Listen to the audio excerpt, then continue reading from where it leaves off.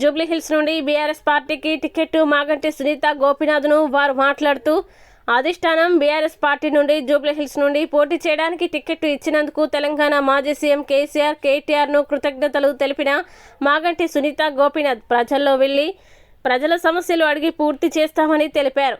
ఏదైనా తెలిస్తే మాకు చెప్పాలని, ఏదైనా జరిగితే కూడా మాకు చెప్పాలని కోరారు. ప్రతి ఒక్కరూ సహకారం మాకు ఉండాలని కోరారు. అందరికీ నా కృతజ్ఞతలు, నా ధన్యవాదాలు.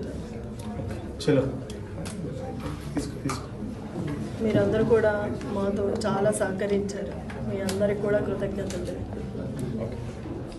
ఇక ముందు కూడా అంత సపోర్ట్గా ఉంటారని మీ అందరితో.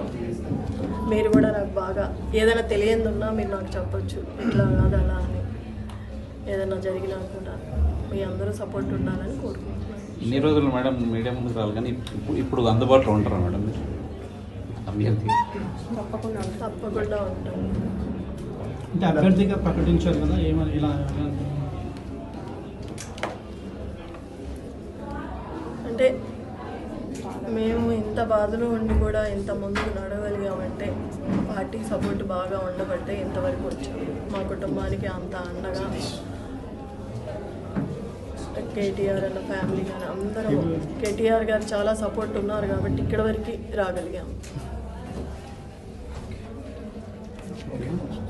Okay right. జై తెలంగాణ, జై గోపన్న, జై గోపన్న, గోపన్న గారి నాయకత్వం. ఓకే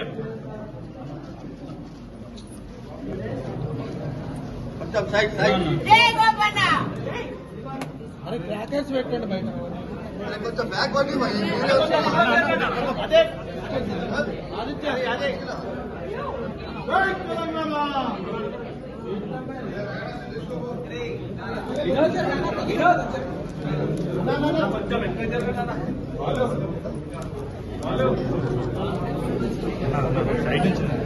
కొంచెం బ్యాక్ జరైనా అన్న, బ్యాక్ ఫోటో అన్న అన్న కొంచెం సైడ్ అన్న.